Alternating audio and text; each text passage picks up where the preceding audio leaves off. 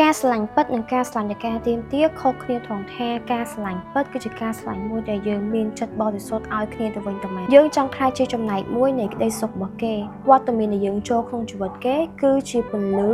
ដែលធ្វើឲ្យជីវិតរបស់គេរីកចម្រើនធ្វើឲ្យជីវិតរបស់គេជោគជ័យហើយមានក្តីសុខចំណែកការស្រឡាញ់នៃការទាមទារវិញយើងគិតថាដៃគូរបស់យើងត្រូវធ្វើគ្រប់បែបយ៉ាងដើម្បីយើងសប្បាយចិត្តដើម្បីយើងមានក្តីសុខនៅពេលដែលមានការទាមទារនៅក្នុងរឿងស្នេហាធ្វើឲ្យស្នេហាអ្នកមានក្តីសុខទេព្រោះតែសារតែមានការហួងហែងមានការគ្រប់គ្រងជីវិតគ្នាទៅវិញទៅមកមានការប្រច័ណ្ឌច្រើនអត់ឲ្យធ្វើនេះអត់ឲ្យធ្វើនោះឲ្យទម្លាក់កំហុសគ្រប់បែបយ៉ាងទៅលើដៃគូឲ្យតែគេធ្វើរឿងអីមួយដែលប៉ះពាល់ដល់អារម្មណ៍យើងអត់តាមអំណងរបស់យើងអត់ធ្វើឲ្យយើងសប្បាយចិត្តយើងគិតថាគេជាអ្នកខុសគេធ្វើបាបយើងគេធ្វើឲ្យយើងឈឺចាប់គេបំផ្លាញទឹកចិត្តរបស់យើងផ្ទុយមកវិញការស្រឡាញ់នៃការផ្ដល់ឲ្យវិញគឺជាការស្រឡាញ់មួយដែលបរិសុទ្ធខ្លាំងមែនទែនគឺជាការស្រឡាញ់ដែលយើងផ្ដល់ឲ្យគេអស់ពីចិត្តអត់ចង់បានអ្វីមកវិញផ្ដល់ឲ្យលះបង់ទាំងកម្លាំងកាយកម្លាំងចិត្តទាំងធនធានរបស់យើងទៅលើដៃគូការពារមើលថែរួមសុខរួមទុក្ខជួយគ្រប់គ្រងជួយជុំជែងគ្រប់បែបយ៉ាងហ្មងគោលដៅតែមួយឯងគឺចង់ឲ្យដៃគូរបស់យើងម្ខាងទៀតមានក្តីសុខតែប៉ុណ្្នឹងគឺគ្រប់គ្រាន់ហើយបើសិនជាអ្នកទាំងគ្នាមានក្តីស្រឡាញ់ពិតប្រាកដហើយ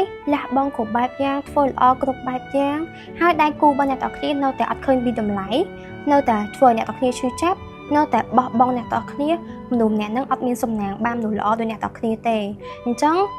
មិនមែនជាកំហុសអ្នកទាំងគ្នាដែលខំប្រឹងធ្វើល្អមកពីយើងធ្វើល្អពេកបានជាគេបោះបង់យើងបានជាគេធ្វើបាបយើងបានជាគេធ្វើឲ្យយើងឈឺចាប់មិនមែនចឹងទេដោយសារតែមនុស្សម្នាក់នឹងអត់មានសំណាងបានមនុស្សល្អដូចអ្នកទាំងគ្នាអ្នកទាំងគ្នាស័ក្តិសមនឹងជួបមនុស្សម្នាក់ដែលល្អ